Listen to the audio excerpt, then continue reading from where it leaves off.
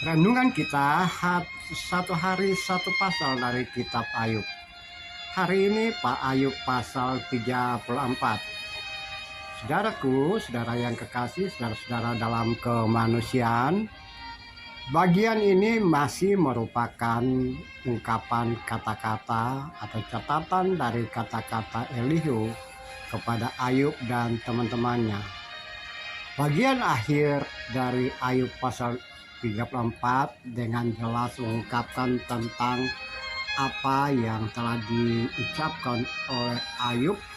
Menurut Elihu, Ayub berbicara tanpa pengetahuan dan perkataannya tidak mengandung pengertian. Bahkan Ayub menjawab Allah bahwa ia benar.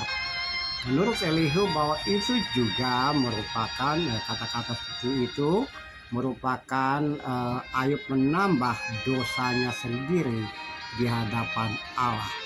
Nah, jika kita membaca ayat-ayat yang pertama dari pasal 34, dengan alasan itulah maka Elihu berbicara.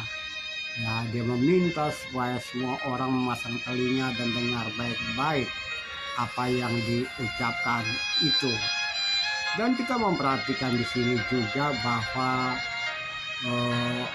Elihu mengungkapkan tentang Ayub tidak boleh bangga hati di hadapan Allah, tidak boleh menunjukkan kesombongan atau keangkuhan hidup di hadapan Allah. Saudara-saudara yang kekasih, saudara-saudara yang mengasihi Tuhan, nah dengan pemikiran seperti itu, maka Elihu menegur semuanya. Dia menegur Ayub dan juga dia menegur teman-teman yang lain bahwa tidak ada seorang pun mampu untuk menyembunyikan diri di hadapan Allah. Allah mengetahui semua perbuatan setiap langkah manusia. Ia tahu persis apa yang terjadi, ya, sehingga tidak boleh ada orang menyembuhkan diri di hadapan Dia. Dan juga tidak ada satupun orang yang harus menunjukkan bahwa ia hebat di hadapan Allah. Dia lebih bisa dan dia mampu melakukan banyak hal di hadapan Allah. Tidak ada satupun yang tersembunyi di hadapan Allah. Ia mengawasi semua orang. Dia mengawasi seluruh umat manusia. Nah, saudara-saudaraku yang kekasih, saudara-saudara yang Tuhan kasih, berdasarkan itu, berdasarkan percakapan ini kita memperhatikan bahwa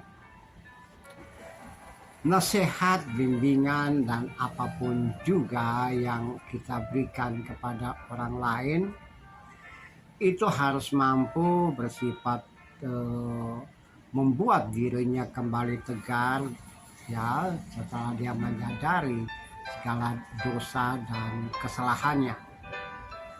Itu sangat penting sehingga orang yang menerima ucapan kita tidak berbangga hati di hadapan Allah atau dia merasa kecil di hadapan sesama.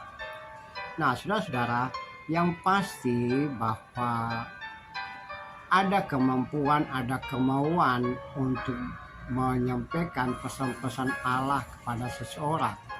Itu harus kita terima, harus kita bisa lakukan kepada siapapun. Nah, dapat kemampuan untuk itu dari mana? Ya, dari firman. Dengan belajar firman, maka kita mempunyai hikmat untuk menyampaikan pesan-pesan Allah kepada yang lain. Hal yang kedua di bagian ini juga menunjukkan kepada saudara dan saya bahwa tidak boleh ada seorang pun merasa benar di hadapan Allah. Tidak ada satupun orang yang merasa hebat di hadapan Allah.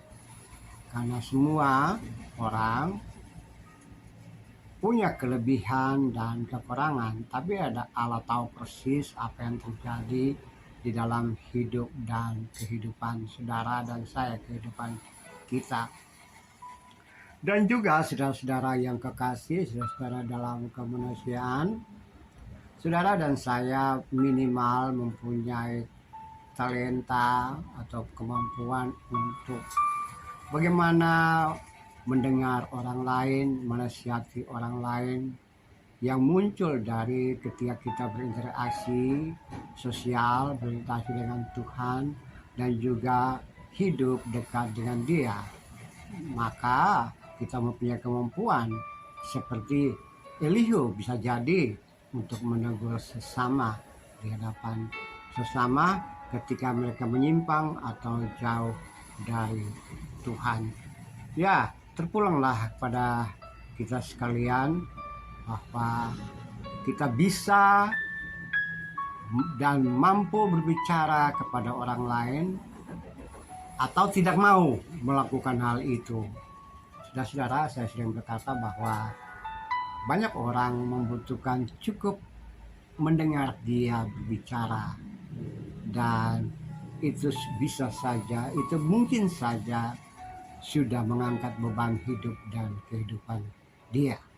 Mari kita ikut ambil bagian dari orang-orang yang mengangkat beban hidup dan kehidupan yang lain hanya dengan beberapa kata yang kita berikan, atau bahkan kita hanya mendengar mereka berkeluh kesah. Terpujilah Kristus, terpujilah Tuhan. Amin.